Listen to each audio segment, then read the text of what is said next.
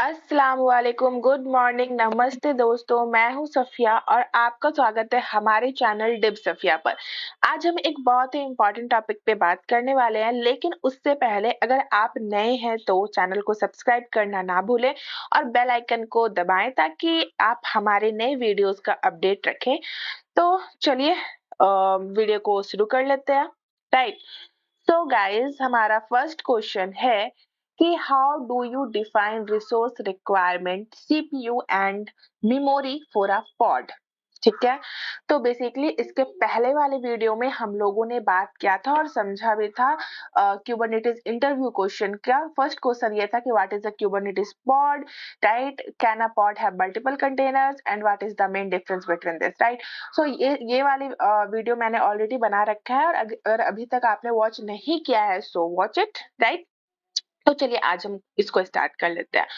तो how do you find, अगर interview में आपसे पूछा गया कि how do you find resource requirements CPU and memory for a pod, ठीक है, तो आंसर सिंपल है। ठीक है, पर मैं पहले इसको पढ़ती हूँ फिर आपको मैं समझा दूंगी। तो resource requirements for a pod are defining using the resource field in a pods configuration, pod spec. You can specify resource limit and request for CPU and memory.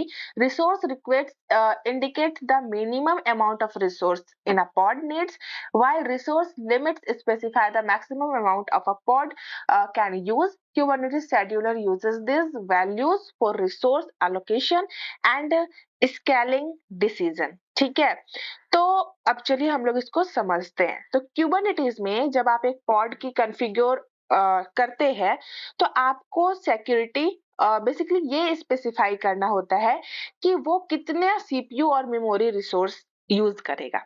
इसके लिए आप रिसोर्सेज फील्ड का इस्तेमाल करते हैं जिसे हम पॉड की कॉन्फ़िगरेशन में डालते हैं। ठीक है, जिसे हम लोग पॉड स्पेक भी कहते हैं। तो नेक्स्ट यहाँ पे दो चीज है बेसिकली, रिसोर्स लिमिट्स और रिसोर्स रिक्वेस्ट, है ना। तो रिसोर्स रिक्वेस्ट बताती है कि कम से कम कितने रिसोर्स की जरूरत है पॉड को, जबकि रिसोर्स लिमिट्स बताती है कि ज्यादा से ज्यादा कितना यूज किया जा सकता है। ठीक है, समझ में आ गया ये दो चीजें यहाँ पे। तो जैसे कि आपको एक कार इमेजिन करें, राइट, रिसोर्स रिक्वेस्ट वो मिनिमम स्पीड है जिससे आप चाहे तो कार चला सकते हैं, और रिसोर्स लिमिट्स वो मैक्सिमम स्पीड है जिसे क्रॉस नहीं किया जा सकता है। समझ गए आप लोग। और क्यूबरनेटिस शेड्यूलर इन वैल्यूज को यूज करता है रिसोर्स एलोकेट करने में और ये डिसाइड करने में कि किस पॉड को कितने रिसोर्स मिलेंगे और कैसे स्केल करना है। इस तरह से आपके एप्लीकेशंस स्मूथली और इफिशिएंट तौर पर रन करते हैं और क्यूबरनेटिस बेसिकली क्यूबरनेटिस क्लस्टर में।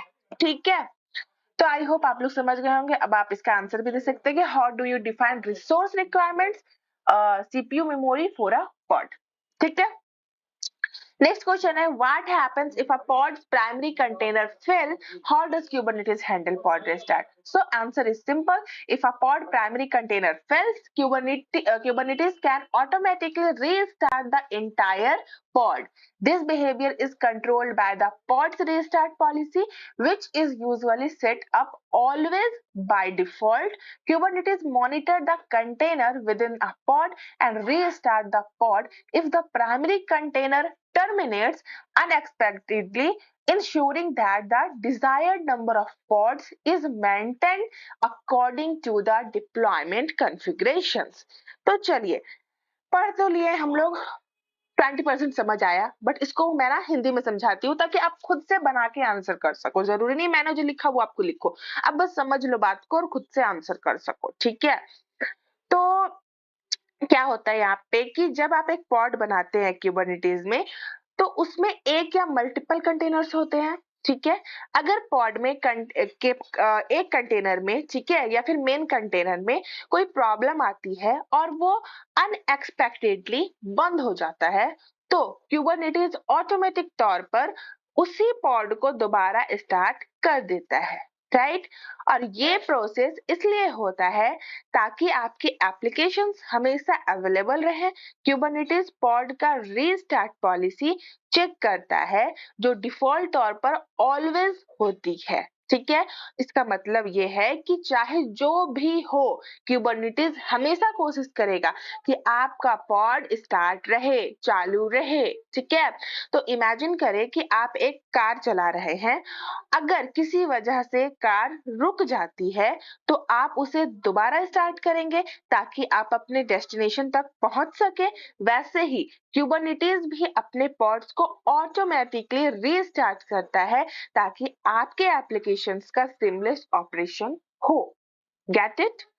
Next question is how can you access the logs of container within a pod? ठीक है, तो कैसे आप करोगे? So you can access the logs of container within a pod using kubectl logs command. You specify the pod name and optionally the container name. For example, this kubectl logs and then a pod name लिखो या फिर container। तो basically कि जब आप Kubernetes में एक pod के अंदर के containers की logs को देखना चाहते हैं ना, तो आप kubectl logs command का इस्तेमाल करते हैं। ठीक है, और आपको सिर्फ पॉड का नाम देना होता है। और अगर पॉड में मल्टीपल कंटेनर्स हैं तो आप ऑप्शनल तौर पर कंटेनर का नाम भी स्पेसिफाई कर सकते हैं। और ये कमांड जो है ट्रबल शूटिंग के लिए बहुत यूजफुल होती है, जिससे आप अपने कंटेनर्स के अंदर क्या हो रहा है ये आप जो है समझ सकते हैं। ठीक है, और इससे आप अपने कंटेनर्स की लॉग को देखकर और उनमें हो रहे इवेंट्स को बेसिकली समझ सकते हैं। तो ये चीज आप इस क्या बोलते हैं कि इसका यूज करके kubectl लॉग्स और पॉड नेम या फिर कंटेनर नेम का यूज करके आप कर सकते हैं। ठीक है, next and last question is explain the purpose of init container in a pod. When might you use them? ठीक है, तो कैसे आप इसका आंसर करोगे? In simple, init containers are additional containers in a pod that run and complete before the main container starts. They are typically used for pre-initializing tasks like setting up configurations file, performing database schema, migrations, or waiting for external resources to be available. Init container help ensure that the main container only start when all necessary prerequisites are met. तो चलिए अब इसको हम लोग समझते हैं। तो imagine करें कि आप एक रेस्टोरेंट खोल रहे हैं। जब रेस्टोरेंट खोलते हैं या फिर खुलता है तो आपको कुछ इंपॉर्टेंट चीजें तैयार करनी होती है, जैसे कि टेबल सेट करना, किचन को रेडी करना या फिर स्टाफ को ऑर्गेनाइज करना। ठीक है, सो इनिट कंटेनर वैसा ही होता है कि एक तरह का कंटेनर है जो पॉड के अंदर होता है, लेकिन इनका काम होता है कि वो शुरू हो जाए तब तक जब तक कि पॉड का मेन कंटेनर स्टार्ट नहीं हो जाता है। ठीक है, इसका मतलब है कि जब आप अपने रेस्टोरेंट को खोलेंगे यानी पॉड को स्टार्ट करेंगे तो पहले इन इट कंटेनर चलेगा और जो भी उनकी रिस्पॉन्सिबिलिटीज है वो कंप्लीट करेंगे। जैसे ही ये तैयार होगा तब तक जाके आपका जो एक्चुअल रेस्टोरेंट का मेन ऑपरेशन शुरू होंगे, जिसमें आपकी डिशेस बनती है यानी कि आपका मेन कंटेनर है ना। तो इनिट कंटेनर्स का यूज होता है टास्क के लिए जिन्हें पॉड शुरू होने से पहले करना जरूरी है।